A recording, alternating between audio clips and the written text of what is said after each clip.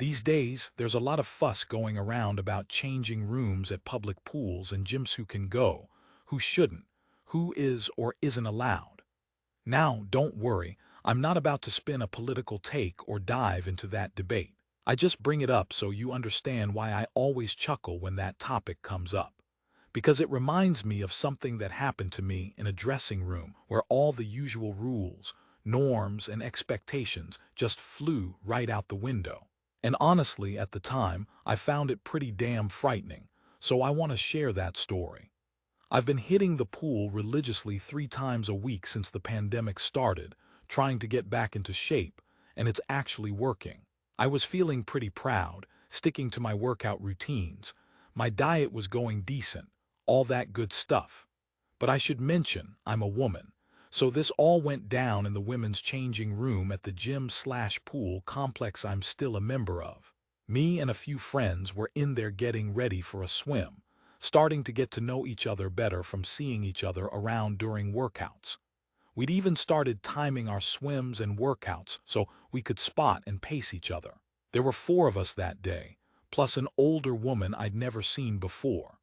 That odd sense that something bad was about to happen was there. You know that feeling when you hear a strange noise that hints at trouble, but you can't quite pin it down. Well, all of a sudden, we all heard chaotic sounds from outside the dressing room. It was loud banging, shouting, basically just chaos, all disorganized and wild.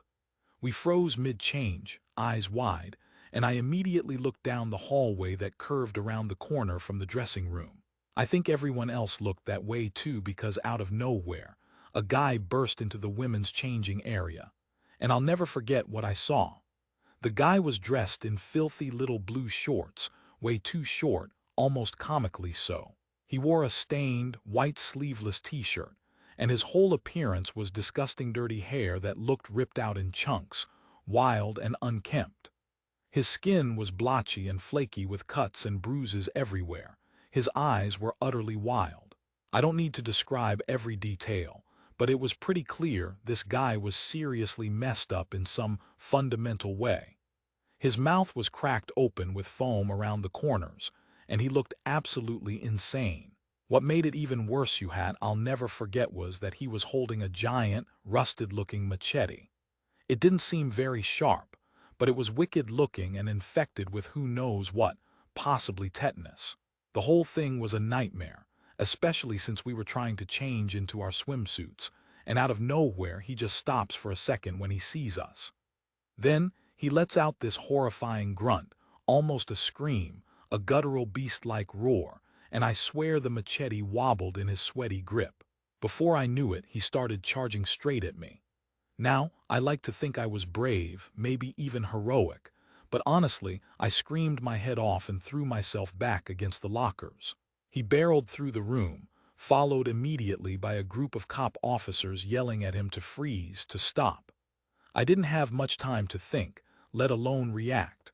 Looking back now, I'm pretty grateful he didn't try to take one of us hostage or something worse. Instead, he ran through the showers, out of sight, shoving the elderly woman as he went face first into one of the officers, who caught her and steadied her. Then the cops took off after him. We all just stood there, frozen in shock, completely terrified. Suddenly, screams erupted from the pool area. People had been swimming again, then more shouting, and finally, a gunshot. We all just stared at each other like, what the hell just happened? Is this real? The elderly woman was crying and trembling, so we went to check if she was okay. She was just shaken, thankfully. We didn't want to leave the room, not knowing what chaos might still be happening outside, even though the noise had died down a bit. Luckily, a cop showed up shortly after, telling us it was safe to come out. By then, none of us felt like swimming anymore. We had already gotten dressed and left the gym altogether. As we followed the officer to the front desk, I glimpsed that guy again, him, no longer with the machete, being roughly led toward a police car. Turns out, he'd been wandering down the street in broad daylight, threatening folks with that same weapon. The police had been called since he ran into the gym and burst into the locker room. It was never clear if he actually planned to hurt anyone, but I'm just thankful nobody got seriously hurt. not even the woman he shoved. She never returned to that gym after that, which I kind of don't blame her for. And here's the thing, I am absolutely certain he was released. I saw someone that looked just like him, cleaning the floors at a Wendy's not long after the incident. He looked much healthier and cleaner, but the face was the same. I believe he was probably on bath salts or some other drug, which would make sense. Thankfully, the whole ordeal didn't leave any permanent scars. It's just one of those things everyone at my gym remembers. We're kind of treated like celebrities now, always the first in line for workout gear and given respect because, I guess, of the crazy attack. I'm pretty sure he went to jail, but I don't think he's still inside now. Probably been released, especially since the other day I saw a guy who looked just like him, mopping the floor at Wendy's again.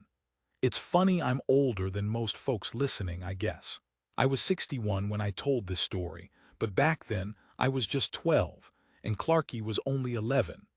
I'm from England, yeah, I'm British, and I apologize if my story sounds odd or a little rough. I get a bit nervous telling it, and honestly, this event has haunted me my whole life. If I think about it too much, I actually start feeling sick. It's probably pretty understandable why. I met Clark in primary school, back when we were real little. We hit it off right away, instant friends from day one. From that day forward, we did everything together. I remember him playing with action figures on a playmat in the corner of the room, and Bamhi's friendship was cemented. We were inseparable, his my best buddy, me his. We had other friends too, but really, we were just the normal kids everyone liked, always up to some harmless mischief. If you'd asked me back then, I'd have said we were among the most popular boys at school. Always into trouble but never anything serious. Teachers liked us quite a bit. We were the good troublemakers, the kind everyone sympathized with. I was more of the leader, Clarky a bit more quiet, but our bond was pretty equal, partners in crime. When it was time to move on to big secondary school in town, neither of us was worried. Oh, how naive we were. If you don't know how the school system works in the UK, no middle schools, we go straight from primary to secondary. That means at age 11, you suddenly go from your small primary into a much larger, more intimidating school, filled with kids as old as 16 or even 18. We went from feeling like kings of our primary to being tiny fish in a vast ocean of big, scary kids. Honestly, it was overwhelming. We strutted up that driveway like we were the kings, only to crawl back out crumpled, broken, and trembling by the end of the very first day. It's a brutal crash for any kid, and I swear, it's harmful to just toss kids into that much change all at once. Clarky and I just assumed our entire primary class would be together, but the school split us up to encourage new friendships. That was like a kick in the teeth. We weren't even in the same class. Sesh was in the blue house, I was in the red, and the 6 houses in our school were split into 2 groups. So only 3 houses shared classes, and we missed each other entirely. We still saw each other at breaks and lunch, but it wasn't the same. And on top of that, we suddenly became really unpopular, like severely. I can guess why, but honestly, it doesn't matter. We struggled to make friends, and because we didn't stick with each other all day, it just made things worse. We spent most of our time separately, but we still hung out after school and on weekends. Still, it hurt. When you're a loner, it seems like you become a magnet for trouble. And sure enough, Clarky and I became targets for bullies groups from our respective halves of the school. I don't remember exactly who they were. I just know they made our lives miserable. They weren't any noteworthy troublemakers, just rude kids. We called them the Year 9 boys, but only behind their backs, not to their faces. They were a tough bunch. Jake, a big lumbering oaf who looked like he'd be stupid, but was oddly clever at dishing out insults. Jonah was just your average kid, nothing special, but with a cruel glint in his eye. These 2, plus a rotating group of their friend sidekicks always hovered around to bother us. They'd cut our shoelaces, pour glue in our bags, or shove us. No matter whether Clark and I were alone or together, they'd always find a way to torment us. And the worst part, we never understood why. It was just understood that we totally disgusted them and they made sure we knew it. They'd punch us, insult us, do whatever they could to make our lives hell. School was hell those first few terms, from September all the way to Christmas. Then the spring term was even worse. Looking back, I can't figure out how our parents didn't see the science bags under our eyes: quietness, withdrawal. Nobody asked us what was wrong, really, because back then, snitching was taboo. They would have treated us like dirt, and even if they said they cared, you could tell they didn't want to hear about it. Anyway, that summer, something new was introduced at the school pool. We knew the school had one, but it was always off limits. It was a big, old building separate from the main school, just a short walk away in the woods. That first summer, we didn't even bother going near it, just more reason for teachers to yell at us if we dared. The pool was always covered in leaves, insects, and gross dirty water, so it was off limits. When summer rolled around in year 7, though, everything changed. They finally cleaned it up, put a proper cover on it, and suddenly it was fair game. We got swimming lessons with our teachers, and Thursday afternoons were family swim days, which I always liked because I got to be with Clark. There was a rule: no doors could ever be locked in the school, so nobody could get trapped. That was because one kid in the past had gotten himself locked in a bathroom stall during lunch and had a panic attack. Instead of fixing the locks, the school just told us not to lock any doors at all. So, of course, when it was time for swimming, the teacher left us the keys and told us to lock the changing rooms ourselves. One day, during those last swimming lessons before summer break, Clarky and I were still in the changing room, waiting for everyone to leave so we could shower and change. It was routine, and honestly, I didn't want to show any weakness, so I kept quiet about the bullying or my fears. Our teacher wasn't around. He'd probably gone for a smoke or a coffee. Kids weren't really supervised then. We had to take care of ourselves. Clarky said, "Swimming is fun," and I decided to play along. His eyes lit up. I could see the old spark, the youthful energy, and I was surprised, happy, even a little thrilled to see him like that again.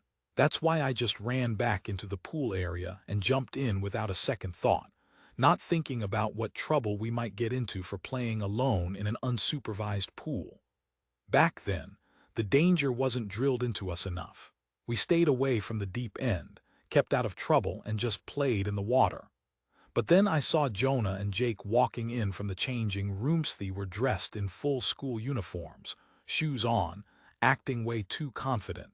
Even the water's warmth couldn't stop my skin from crawling. Clarky whispered nervously, well, if it isn't the little troublemakers," which was what Jonah always called us. And I knew deep down this wasn't good. We were in the middle of the pool, far from any exit. They weren't even hiding their intentions anymore. Jake asked, "What's that idiot's name?" "Come here." Neither Clark nor I moved, and Jonah clapped loudly before lunging at us like he wanted to jump in. They told us to come over, saying they weren't there to hurt us, that they thought it was neat we broke in. That's when I realized something was seriously wrong. They moved to the deep side of the pool, where the drain covers were. In old pools, those covers were just loosely bolted, or sometimes just sitting there. And I suddenly remembered Jonah lifted one of those grated covers right off. He dared Clark to stick his head in the drain hole. I just shook my head, no way. But those two just kept goading us that if Clark did it, they'd be nice, whatever that meant. I still don't know why Clark did it. Maybe he thought that if he stuck his head in there, they'd leave us alone. He was very small for his age, so maybe he genuinely believed that. Or maybe he just didn't think his head could fit. Either way, Clark leaned forward into the drain, and just as he did, Jonah shoved the grate down, pushing Clark's head further in. Clark started splashing, trying to twist his body to surface and breathe, and I was yelling, "Let him out." And then everything turned into chaos. Jonah was standing there, foot on the grate, laughing maniacally like some villain in a movie. Clark was struggling, splashing wildly, clearly panicked.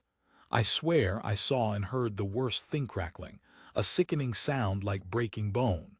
Clark suddenly went still, his body drifting down with his head still caught in the grate. The angle was almost impossible. Jake saw it first and froze.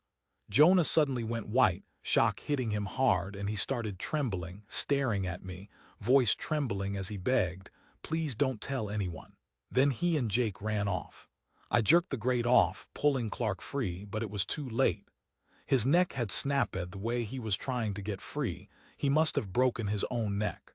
I thought Jonah and Jake had just bolted, and I was standing there, crying, cradling Clark in my arms, totally devastated, trying to figure out what I was supposed to do. Luckily, they came back quickly, all the teachers showing up, looking scared and confused. It turned out they'd gone to fetch help.